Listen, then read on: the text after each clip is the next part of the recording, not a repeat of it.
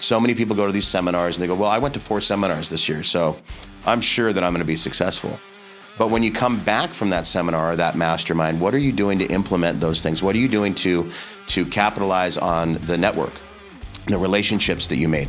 Hey, welcome to the Jack Boss Show. Yes, we call it the Jack Boss Show. Yes, where the number one source for real estate and financial information. I got a very special guest today who is really, has done over $1 billion worth of deals, business, purchases, sales, mergers, built businesses up. You name it, in various different industries, from social media to real estate. Again, he's going to explain a whole ton about it. And that is nobody else but Forrest Blackburn. Forrest, welcome to the show. Thank you for having me, Jack. All right, so exciting. So I'm going to make a big promise here so that we're going to talk about a whole bunch of stuff. So give us a little bit. I'm open. My life's an open book. Great. So give us a little quick introduction about yourself. Well, as far as real estate is concerned, I'm 4th generation real estate. I bought my first flip for cash when I was 19 years old, and ended up doing a 1031 exchange on that and did some condominiums. I grew up as an actor and doing a lot of theater as well around the country, national tours and things like that. And then I got into music. And so when I had the condominiums, I ended up selling them and liquidating them and putting all of my money into a record label and lost it all. So, but you're not just, you didn't just start a record label. You actually also are a published record artist, right? Yeah. We can probably put in some music just about now here, but we'll cut it in later on. But we'll put some music in here. Some really good music there. Thank you. Yeah, it was a lot of fun. It started off as just fun. Right. And we were playing all over the place and playing all over Hollywood and LA and all over Southern California predominantly. And then we got a contract with Capitol Records and started touring around bigger tours all over the country and down into Mexico and in Germany. And yeah, we were on the radio and it was a lot of fun. It was a whole lot of fun, or so the pictures tell me, because I don't really remember a whole lot from those days. Okay, I can imagine. Yeah. No, it was good. It was fun. And the record label that I started and put my investment into, that wasn't the record label. That's how I kind of got my tracks put together. And then that's when we got together with Capitol Records. And then it really started turning into more of a job. So the fun kind of went away, and there was some legal entanglements with new A&R reps coming on board. And I started working for Paramount Pictures. So my attorney, my entertainment attorney at the time, he was the vice president of Paramount Music. And I was, because Capitol and my team, we were kind of ended up suing each other back and forth, but we're all good friends. We're out shooting pool and, I'm suing you, you're suing me, but we were good friends. And they said, you're not making any money right now, so come into Capitol and do some of the marketing stuff. And this is back in the MySpace days. Mm-hmm. So I was working for Capitol for a little while, and my entertainment attorney called me. He goes, what are you doing? It's a conflict of interest. So he pulled me over to Paramount, and I started working on, all of the marketing campaigns there, bus stops, billboards, and we were losing a lot of the budget allocation to digital marketing with Google. Mm-hmm. This was new. And so I really wanted to explore that. But as I wanted to explore that, the UFC contacted me, the Ultimate Fighting Championship out in Vegas. And I decided to go kind of on the other side of things as opposed to being on stage into the production side. And I was the music supervisor for the UFC for about 13 months. They put me up in a beautiful house out in Vegas, and it was great. But, living in Vegas is like living at Disneyland. Mm-hmm. When somebody says, hey, you want to go to Disneyland and you've been living there, it's like, no, not really. So I wanted to get out of Vegas, and I wanted to get into marketing and figure out this whole Google thing. So I moved back to Orange County to Laguna Beach and started working with a marketing company. Learned everything that was good, figured out what they were doing wrong, and went out and opened up my own company. And that's what really got me into marketing and out of the entertainment industry altogether. And grew that to be quite a monster. We had 1,500 reps, 17 franchises domestically across the country. Okay, so that business did what exactly? So that was all brand development, digital marketing. So for small and medium businesses, over the course of 2012 to late 2019, we built about 50,000 websites and did a little bit more than 20,000 app developments, full stack development, and did a lot of marketing for small and medium businesses. And when you say 1,500 reps, what were those reps doing? It was all predominantly sales, but then there was 52 customer service agents as well that were lumped into that, because you got to cover people and you got to make sure that that they're happy.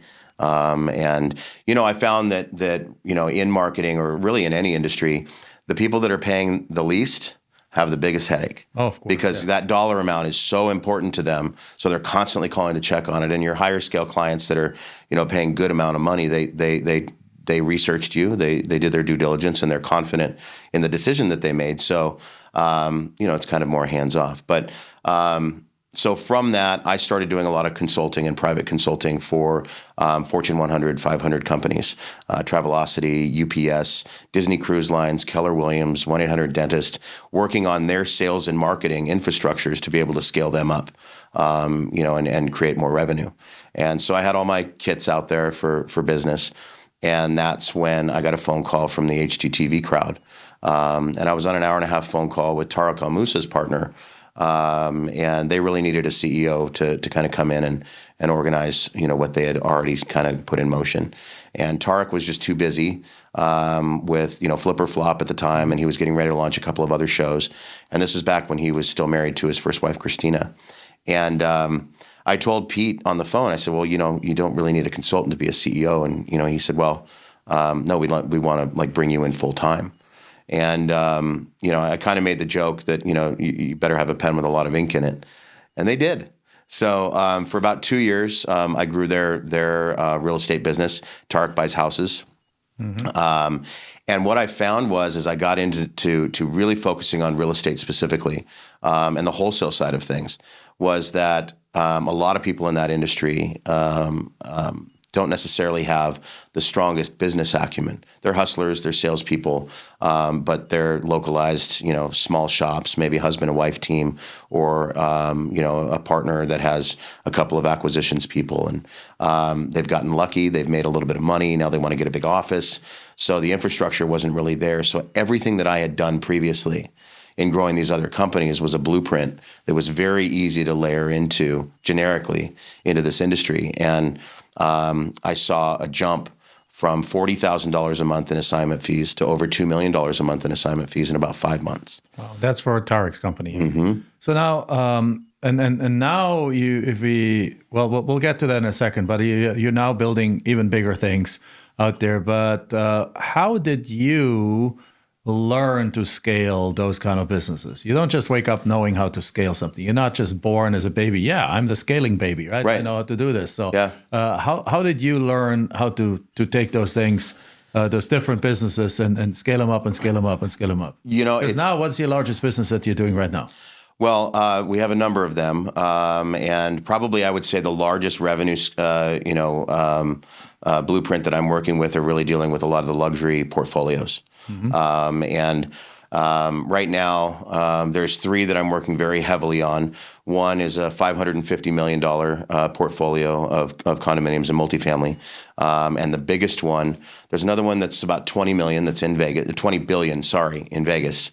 And then there's a $64 billion portfolio of luxury hotels that we're damn near close to inking all the deals all the way around on that one. And I've always said the bigger the cookie, the bigger the crumb. So working on those big deals. I'm 100% with you, but how did you make, if we just go away from the actual mechanics, more to the psychology mm-hmm. of it, how did you grow from playing guitar or being the band leader and of your own band and doing this to now negotiating and perhaps and you're also working with Cody Sperber on mm-hmm. his on the construction side of things, right? And building probably multi-million dollar projects over there. How did you transition it? How does that mind shift happen for you, and how did you grow into the person that you're right now in order to be able to do those things? Lots of chapters. You know what I mean? It's I was having this conversation with somebody a couple of weeks ago in Tampa, and there's an evolution to everything, and I've reinvented my business and who I am in business so many different times, and with those reinventions, there's a learning curve, and for me, it's just holding yourself accountable and putting yourself to the fire and figuring it out. Back to the band, I was in a band before I started my own band, and we were all equal partners. It's a band. And there was some infighting that was going on underneath, the rest of the band members, to the point where we couldn't get our jobs. We were missing gigs. And that's when I said, you know what? I'm going to start my own band, and I'm going to hire all of you guys. I'm going to hire all the band members. And so I went out and hired the best people. I had Reeves Gabrels, who was the lead guitar player for David Bowie for 17 years. Wow. Ricky Phillips, who was the bass player for Coverdale Page and the Babies. He's now the bass player for Styx. And Todd Sucherman, who is now the drummer for Styx. And I just compiled all these really heavy guys that I knew were business oriented. But in that instance, I became a business owner of sorts. And, I was conducting these guys and watching them and learning from them. I adapt very quickly. And, I pick up little things and I make sure that they get implemented, and I kind of treat them as gospel. So from that, I figured out that I could manage people, and I started managing, marketing people for the band underneath me. And then when I did start working at Paramount, I had a small group of 5 people that worked underneath me. So I started managing them and delegating and figuring out, as the more I delegated, the bigger the team I could have and the more momentum I could have from that. So when I went and started working for the marketing company in Irvine, when I was living in Laguna Beach, we grew that very quickly. I learned from who I surrounded myself with. And I've always had, it's very important to me to surround yourself with the best partners. When I was an actor as a kid, my talent manager told me, she said, never go into an acting class where you're the best one, because you'll learn the least. Right. Go into something where you have room to grow and you can learn from those other people. So, I've been fortunate enough to be able to locate and partner with the right people. And that's what's given me a lot of knowledge and things. But over and above that, it's really just getting out of your comfort zone. And when we're in a comfort zone, we get complacent and things just kind of get stagnant. And for me, it's always moving forward. That's a sign that I have on every wall in every office that I have. And it's constantly pushing yourself to learn more, to take risks. If we don't take risks, then we're not going to fail or win. And we learn from both of those things. What's the biggest risk you've taken? Probably trying to be a musician. That was a pretty big risk. Right. But no, that's an interesting question. And for me, the marketing company that I had, whether it worked out or not, biggest risk doesn't mean it was a failure. Biggest risk might mean it might have been a huge success, or even if it was a failure, it might have turned into a success. Yeah, no, I agree with you. We celebrate our wins and we learn from our losses. Right. And my marketing company was going so well, and it was an absolute cash cow. And when HGTV and Tarek, approached me on working for them exclusively, that was something for me to really consider, because I was working with multiple different clients, and then I had my marketing company that was working with thousands of clients underneath them. So for me to hang up my hat with that, because that's what was needed to be able to focus on the contract that was presented, which was a very exclusive contract, that was a big risk for me. That was something that, again, I internally said, you got to get out of your comfort zone. You got to take a risk and see where it goes. And the funny thing was I had seen, Flip or Flop on HGTV, for a number of years. And I would see, because it's based in Orange County, where it's, right. Stomping grounds. So I would see people, on the show from time to time, like, I know that guy. So there was always this kind of closeness to the show. So when they called, I was like, there's something here, and by getting in and working with him, it's not just how much Tarek knows. It's all of the people in the network that he has from being, an international celebrity. It's syndicated all over the world. Right. So from those connections, again, surrounding myself with those people and being able to know about those people. If you're outside of real estate, you may not ever know who, say, a Cody Sperber is, or if you're not, or Jack Bosch for that matter. But, being inside of that industry, you learn who is really doing it. And then you start studying them and you get to know them and, you get to learn. And from, the day I stop learning is the day I'm dead. We can never have enough knowledge and then apply it. That's the big thing, is application. Yeah. And I 100% agree. And like, we even talked about that.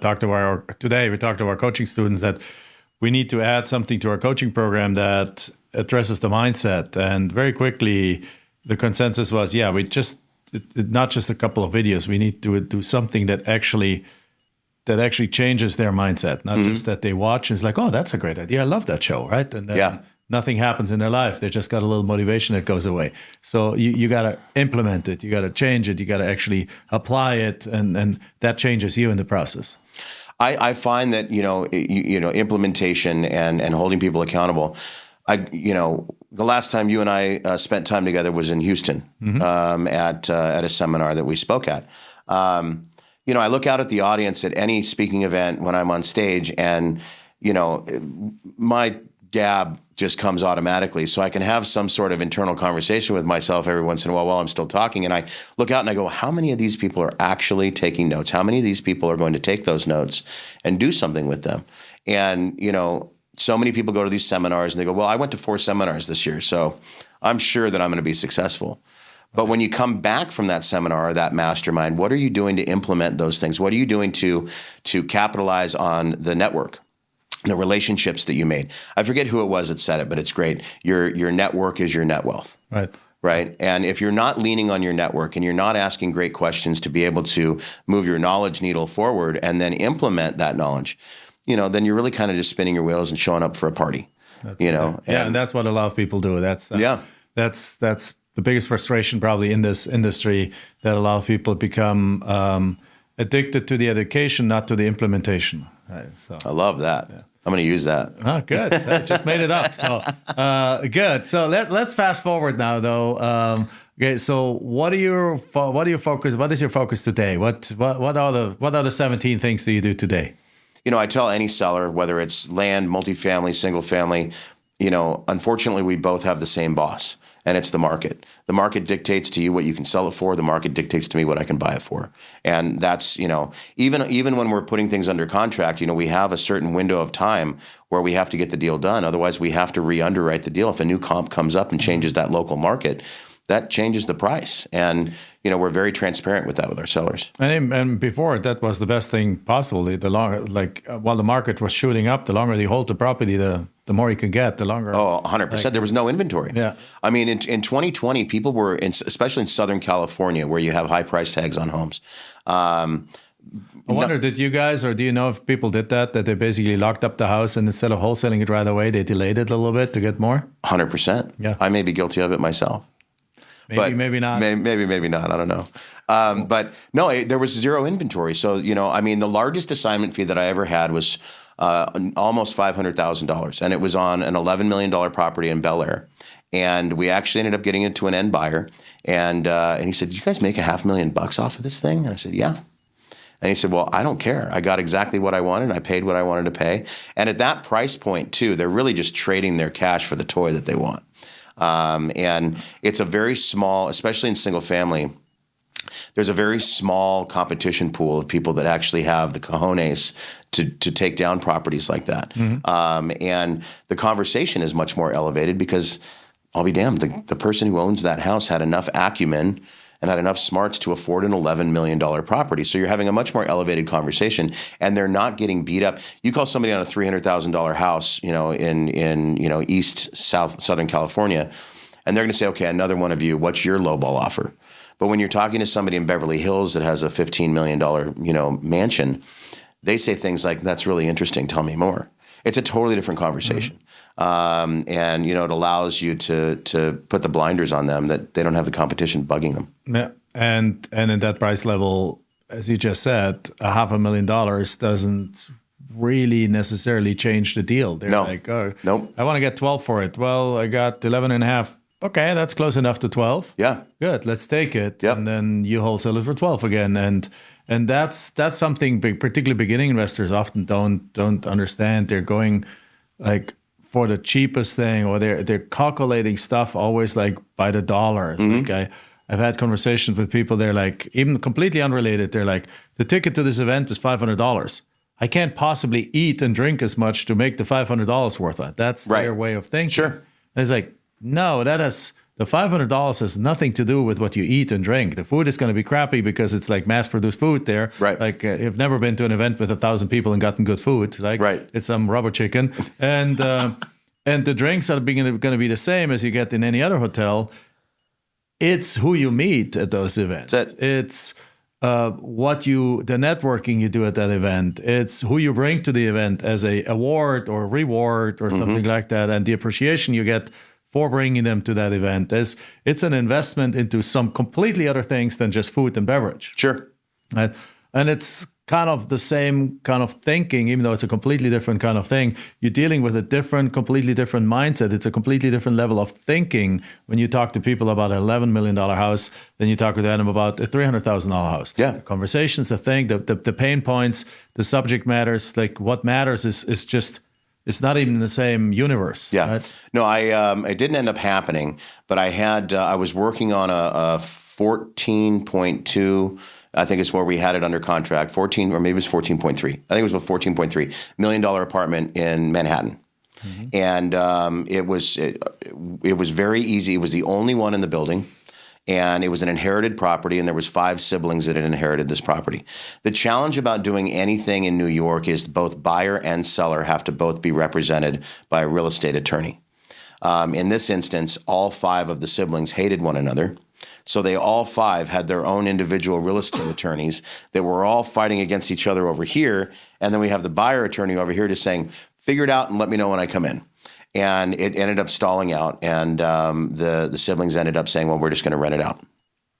Horrible. But because it was the only one in the building, we had buyers all over the place that were bidding 15, 15.1, 15.2. I mean, it could have very easily pushed itself to be $1 million assignment fee because the inventory wasn't there. And, in Manhattan, if you get the right place in the right building and you have that kind of cash flow, what's the difference between 4.2, 4.3, and 15 million if you win? And the buyers in that upper echelon, that's splitting hairs for them. But for us, that's huge. That's a huge amount of money, especially when you're doing an assignment of contract and you have very little skin in the game to do so. That's a mindset shift that definitely is. It takes a little bit for most people to do that, but once you get it, it's you just unlocked 10x your profit. Oh yeah, essentially there. Yeah. And lead cost. Getting that was a PPC lead, and lead costs in Manhattan can be somewhat pricey. Sure. But so. That was back in the Tarek Buys Houses era, and I was spending close to $500,000 a month in digital marketing, as well as TV commercials in select markets and radio commercials. And I'm not telling everybody to go out and spend $500,000 a month on marketing. I had a celebrity that was that was well known to be able to cart that into people's homes, but. Spending that kind of money, you can start to see those returns. And if you're targeting and you're geo-targeting the right leads, you can find those properties where you can actually turn a huge profit. And, in Southern California, our average profits were anywhere from $150,000 to $250,000, typically all the time. So when you start adding those up, you do 10, $250,000 spreads, you're at $2.5 million. And that's 10 deals in a month. I mean, obviously you're peppering in some of the lower deals, but sure. Even in SoCal, we really heavily targeted a few select markets nationwide, about 14 markets nationally. But it was really focused heavily in California and in Tulsa, where we were buying a lot of rental properties. Oklahoma has very little ebbs and flows as far as the market change. So it's a good place to buy and hold. But in Southern California, I mean, we weren't even touching deals if it wasn't going to give us $50,000, $60,000 on an assignment fee. And it was like just cherry picking, especially when there was no inventory and people were overspending for houses by hundreds of thousands of dollars because there was no inventory and interest rates were on the floor. Yeah. So it's a different market today than it was very then. much a different market. So how have you guys adjusted to the market right now? So as far as the wholesale side of things and doing things with residential, everything is really, we've done a lot of pivoting to get things onto the open market. And that's just making sure that the seller understands you need reasonable access, and that you're going to use every tool in your disposal, including the MLS, to hit their price. And it's very similar for the agents that are out there. It's very similar to kind of the old net listing ideology. of giving them a net price, and then you have an attorney in fact in place where you're able to act on their behalf, and you get it listed, and you can get to the retail buyer. Okay, so let's roll that up again. So what you guys are doing is like, because there's a crossover with the agents. So you're listing the property, but you don't have it under contract for purchase, or you do? No, we do. We have it. We have it under contract. It's called a novation, and there's there's a lot of people in our space that talk about that. There's a few ways to do it. There's always a right way and a few other kind of right ways, but. You're putting the property under contract. You have an attorney, in fact, which is a power of attorney that's in place, and you're working. I like to work with local realtors, in those markets. So we have a huge agent, database, and doing agent outreach and meeting agents and having great relationships with agents. Not only will they send you deals that they don't want to throw on their website because maybe it's a distressed property, so it's a pocket listing. But you'll also find that if you have a property in an area where you have an agent relationship and you're not too sure about contracting that property, you can give a call to that agent who you've done deals with and have great rapport with, and they're going to tell you, yeah, you know what, I'll be in that area tomorrow at 1 o'clock. Do you want me to swing by, take photos, and check it out for you? And it's just a great relationship to have. So if I don't have an agent relationship in that area, then we'll just do a flat list. But for me, if the property, for whatever reason, doesn't sell, I'm frugal. I watch all pennies. And for me to even spend $400 or $500 on a flat list up front and it doesn't sell, that's just money out and money gone. Whereas working with an agent, they do a lot of the work. They're doing the Matterport, they're doing the marketing, they're setting up the appointments and the open houses, and they can't eat unless it sells. So, and if it doesn't sell and the contract ends up expiring out, I'm not out anything. And I didn't have to put a lot of time into it. That's their time spent. So I like to work with a lot of local agents. But the point is getting this to a retail buyer as opposed to trying to get everything to an investor. It's been an uphill battle since the market shift, and that's been the biggest pivot, is where the investors are buying to create their spread.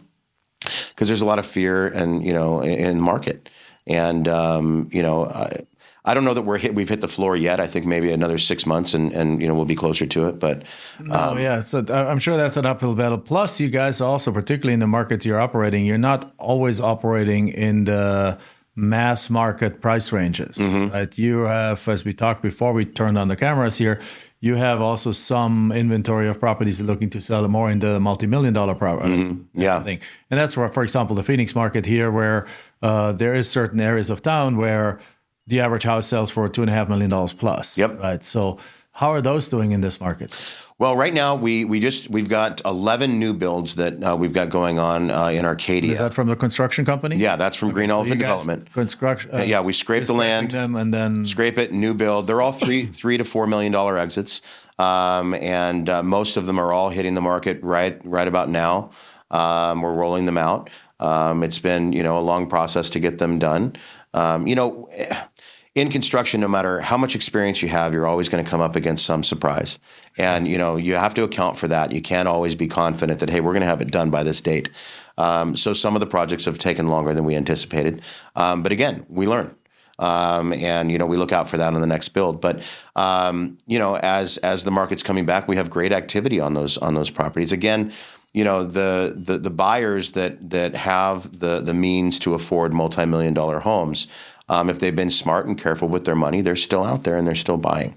It's the people that overextend themselves in credit and things that are just hanging on to, say, an $800,000, $900,000 house. Those are the ones that are having the hard time keeping up with the Joneses, so to speak. Yeah. So given that you're in that space, or that you're in both spaces, that you probably flip some houses on the, I don't know, I'm not going to say on the west side of town, but some $500,000 houses or $300,000 houses, and also some $4 million new builds. What do you see being in the current market? Which ones are moving faster? It's definitely a slower market on the luxury properties. Okay. It's a smaller buying pool. So. But it's always been a slower market. Sure, so always. Substantially slower. Which one has slowed more? Let me ask that way. Honestly, the sub $400,000 houses, those are very easy to move, especially with investors. Usually those are sight unseen. Not sight unseen, but they don't have to walk them. The numbers check out, and it's easy to go. The $700,000, $800,000 houses, that's kind of the sour spot. It's more of a challenge. It takes a little bit longer. I see more cancellations of contracts there. Sad to say. And that makes sense because that's the professional that doesn't have $1 million on the sideline. Or multiple $1 million on the sideline. Yep. That qualifies with their income, and now interest rates have doubled. Yep. So that's it. That's just much harder to do. And you figure, the family that said, okay, we're going to move into this 3,500 square foot house, 5-bedroom, 4-bath, because I have a growing family, and previously on the previous interest rate, I was qualified to take that down. That was $900,000, and now that same monthly payment is only for $600,000. Yeah.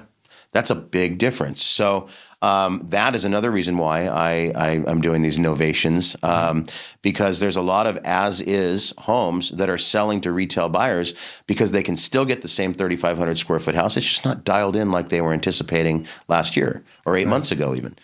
So it's a fixer-upper for them, but they need that space for their growing family. They promise that space to their growing family, so they're going to take it down, and they'll take it as is, and they'll do some DIY projects and honey-do lists around the house to put it together, paint the kitchen themselves over Christmas time, do the landscaping before summer, and they inch their way through it. So even we do that. We have a beautiful 100 square foot custom home. But it's 2008, and the kitchen doesn't match. It's a gorgeous kitchen, but it doesn't match the style of the rest of the house. Sure. And so we are now living in this house for 4 years, and we're finally spending a significant amount of money and gutting everything. Yep. Gutting at least the kitchen, the flooring, the doors, the things, the cabinets, everything, and redoing that thing probably later this year, or probably later this year. So that's awesome. Even at that level, people sometimes, because that house all finished would have cost sure, a couple $1 million more. Yep. Right? All 100%. all ready for the snazzy buyer, let's say, to come in and just like wanting everything to be absolutely perfect. It would have been a couple $1 million more. So we're like, no, we're getting at this price because it's a little outdated, but it's perfectly livable, perfectly fine, has high-end upscale finishes, just not updated. Yeah. So we've been happy through COVID there, and now with that sweat equity, you're building a huge amount of equity. A couple of $1 million of equity. Yeah, no, that's fantastic. Yeah. That's fun. Right now, we're also doing, talking about those lower priced properties. We're doing a lot of things for affordable housing. We're actually getting ready to start, as we call it, printing fourplexes. And these are units that we'll be putting together, and there'll be a wholesale price and a retail price. But our target is to do one a week. Okay. And it's very aggressive. Obviously, we'll walk before we run. Is that 3D printing actually, or you're not? It is. Okay. It is, but it's our partner Bryant Apples. He's spearheading the entire thing, and it's really starting to turn out to be something that we're going to be able to hit the gas pedal on. We've got all the ducks in a row to start doing that. So, but we're also we have a whole turnkey B&B program as well, where we're focused a lot on our short-term rentals, and we have people that invest into those short-term rentals, and they get a 25% equity stake and 25% of the cash flow. We source the properties, we rehab the properties, we manage the properties, we're just using outside capital to do that. We're putting together for affordable housing and a lot for our single family flips and all of our multifamily projects we're working on. We have the Clever Capital Fund, where it allows you to make double-digit returns on your money. So if you put in, it's a 10, 11, 12%, 1 year, 2 year, 3 year program. So for 1 year, you're 10%. For 3 years, you're at 12.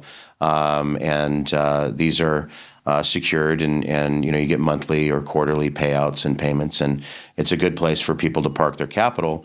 And on a 1 year, we're going to allocate that specific 1 year, the 1 year folks, we allocate that to our single family and easy flips. The 3 year investments, we allocate that into our multifamily and longer term things. That's how do you raise the funds for those funds? Really, again, we go back to the network. It really does come down to you have to be an accredited investor.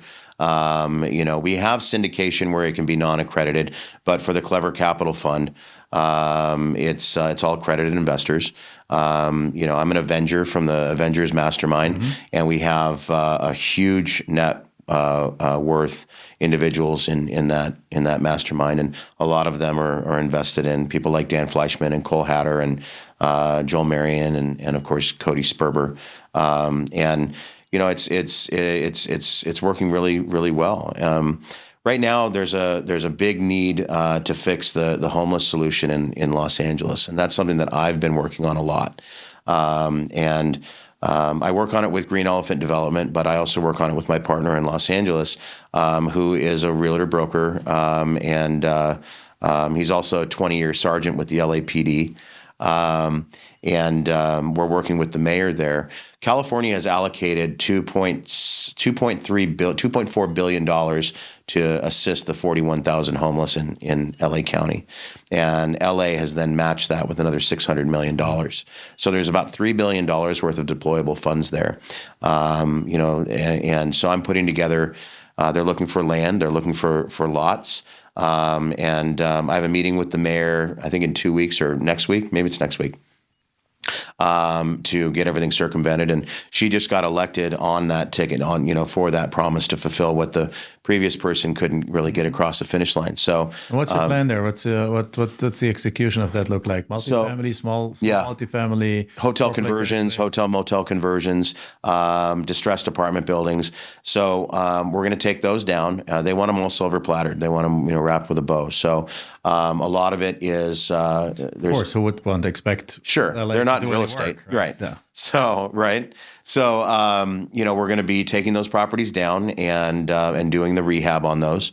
And again, this is not a luxury turnaround. This is builder's grade. They want to put 2 people in every unit. So, but the actual doors themselves, it only equates out to about 16,000 housed, and there's 41,000 total. But most of them are living in tent, pop-up little tent cities. So that's where the land comes into play. And then how do they compensate you? Do they give you tax credits? Do they just pay for part of it? It's multifaceted for sure. They're buying it, but we also work with tax credits and it's okay. So they're buying it from you at a predetermined price, or do they say like we pay you X per unit, or we pay you? How does that work? So typically, because obviously you help them, but you're probably still going to make a little profit, or is it not? Obviously not as much as. Sure. Perhaps on the other. No, there's definitely profit to be made, but the profit kind of goes along with it. But for me, it's more the philanthropic nature of it, and the outcome of that. And my grandfather on my mom's side was very involved in San Diego and building up San Diego and solving a lot of problems down there. This was back in the 60s, and that's always carried over for me as a child. The work that he did with the Boys and Girls Club and a lot of things that he did down there with different charitable organizations and the legacy that created. And later in life, when I was going to Pepperdine, I met Richard Seaver, who donated all the land in Malibu to Pepperdine, and he became a drinking buddy of mine. And so here I was, this 21-year-old rock musician, sitting there with an 84-year-old guy in a bow tie and a 3-piece suit, and we'd chop it up and have a good time. But Pepperdine offered. That's where we're going. I wanted to ask about your upbringing. It's like how much that, because the upbringing usually plays a huge role in youth, in the person thinking and believing they can achieve something. Right? And it can work both ways. Sometimes a really poor upbringing can drive that. Sometimes a more well-to-do upbringing can drive that. Where do you fall into that? And how did you think your upbringing helped or hindered you to become who you are today? I was very fortunate when I grew up. My dad was a commercial realtor. He was a developer, and he did a lot of things with raw land. And he was kind of wholesaling land back before the term was ever even coined. Right. I remember going out on a property with him. I must have been maybe 7, 8 years old. And this was a golf course community in Palm Springs. and it was I think just a 9-hole golf course or something. And they had a little kind of an RV set up, a modular unit for their clubhouse, and it was very small. So my dad took that down, and he put together all the plans and all the architecture and everything to build it out into an 18-hole golf course with a clubhouse and 280 units surrounding. And then he took those plans and that contract and sold that off to a development company. Right. So watching my dad go through, kind of the market crashes that happened as a realtor growing up, and the ebbs and flows and the feast and famine that kind of came with it, and the stress that, it put the family through, and then the joys that it put the family through. I was always reluctant to get into real estate because to me, it was being a realtor, right? It was not being an investor. It was being a realtor. And with that, again, the market dictates, what you can do.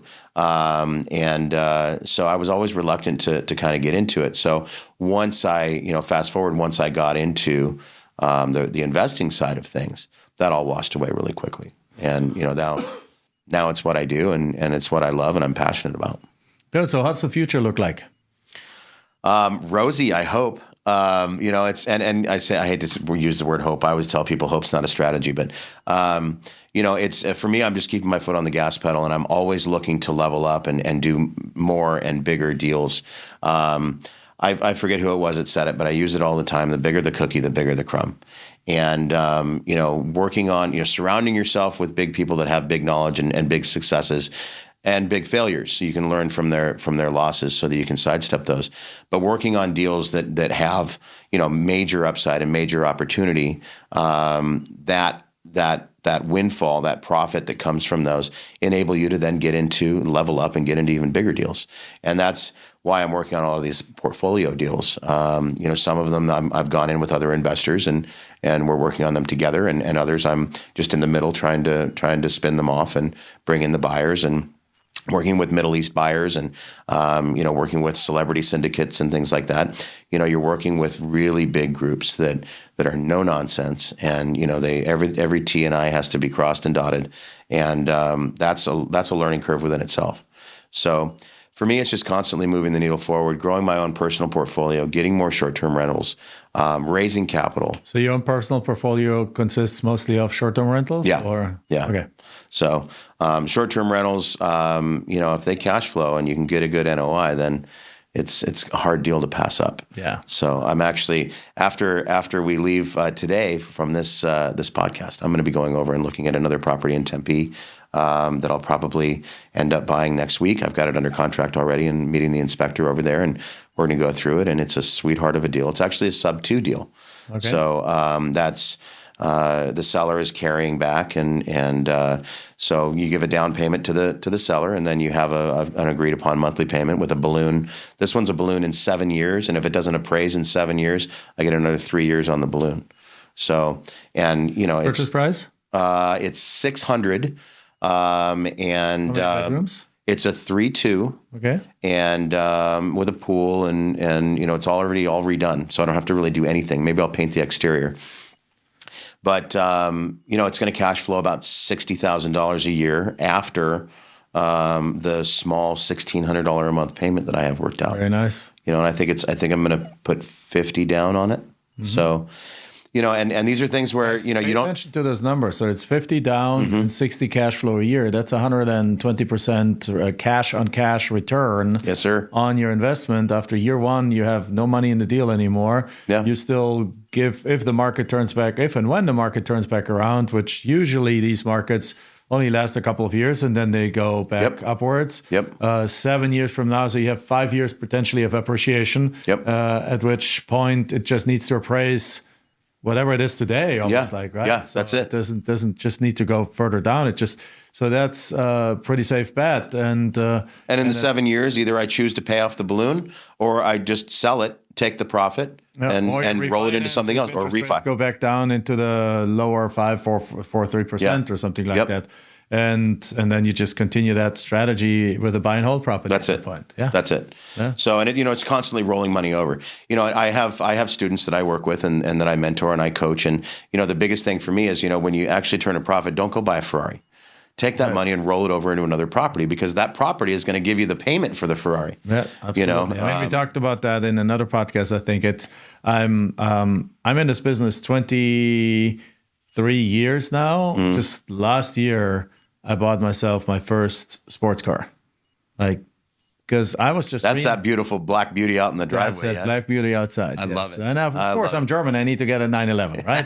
So I need 911 convertible with red seats, turbo, of course. I love it. I love it. I need it, right? So I was drooling over it as I walked past. It's so gorgeous. it's a bit dirty though. It got some rain on this. Well, one, that's what we've got out here in out here in So Phoenix, right? I need to get it washed, but yeah, it took me 22 years. Not because I could have afforded that thing 22 years ago. But you were being smart about it. But then it would have jeopardized potentially a part of my financial future at that Impede your time. process. You bet. And versus now, it's pocket change. Yeah, I hear you. Right? So I hear you. yeah, so that's A potential distraction to finances. exactly right. Yeah, no, I hear you. I hear you. Yeah. Congratulations on that car. Thank It's you. got to be a lot of fun. It's a lot of fun. Yeah. 0 to 60 in 2.9 seconds. I like that. And it has an engine. It's not an electric car. Now with the electric car, it's nothing special anymore, right? No, see, I have still- a Model S, and getting on that car with torque at 0 is really kind of a neck breaker. And Yeah. I'm a car guy, and I had this is my second electric. There's just something to be said for it. But there's also a lot of something to be said for the roar of the engine, and that's just a lot of fun. I'm a car guy. Yeah. Awesome. So you talked about also having coaching programs and other things. But so if somebody wants to get in contact with you, learn more about what you do, how do they do that? So it's through my website, which is forrestblackburn.com. There's 2 R's in Forrest. But you can book consultations and coaching through there. I have a program that's a 6-month program that gives one-on-one coaching. Gives 90 minutes a week. That's a one-on-one program. And then I have another program that's 3 months, and it's a group call. But I'm very hands-on. I'm a scalar operator, and I redline things. I go and I look at every single aspect of your business, from how your composition structure is, how you're comping people, your leads, your SOPs. You got to make sure that there's a certain corporate layer, whether that word makes you itch or not. There's a certain corporate layer that has to be put on top if you want to be a company. Now, if you want to just be a small business, that's fine. But if you want to be a company, there's certain rails that have to be put in place. And humans, we strive for that. If there weren't lanes on the freeway, we would all be in accidents. If when I take my kids bowling, if they didn't have those bumpers on the side for them, they wouldn't know where to throw the ball. So having those rails in place, having those concrete roles in place, and not being distracted doing other jobs. Because the job that you hire somebody for, they have to be giving that 100%. And if you're having them do that, but then partially do this and 30% of their times over here, you're really only getting 70% out of that job, and you're really only giving 30% to that job. So everyone's got to have their lane and own it. So I spend a lot of time on training, a lot of time on growing people and growing cultures, because with onboarding systems for training, so it's automated, because you don't want to educate somebody and give them, all of the arrows in your quiver to go out and kill it, and then they leave and they go and take that learned knowledge and go and work for another shop or for a competitor. So culture to me is one of the top most important things to develop. I call it sticky. The more sticky you can make your company with your tools, with your CRMs, with your softwares, with everything that the bricks that you lay for the road for them to make money. If you make that easy and you make it fun and inviting, and you do things with bonuses and field trips and stuff, they're never going to leave. And, the last thing I would ever want to do is have somebody who's been with me for 3 years say, hey, I'm leaving to go work for somebody else. Because I just gave them 3 years of me, and now they're going to go take it somewhere else.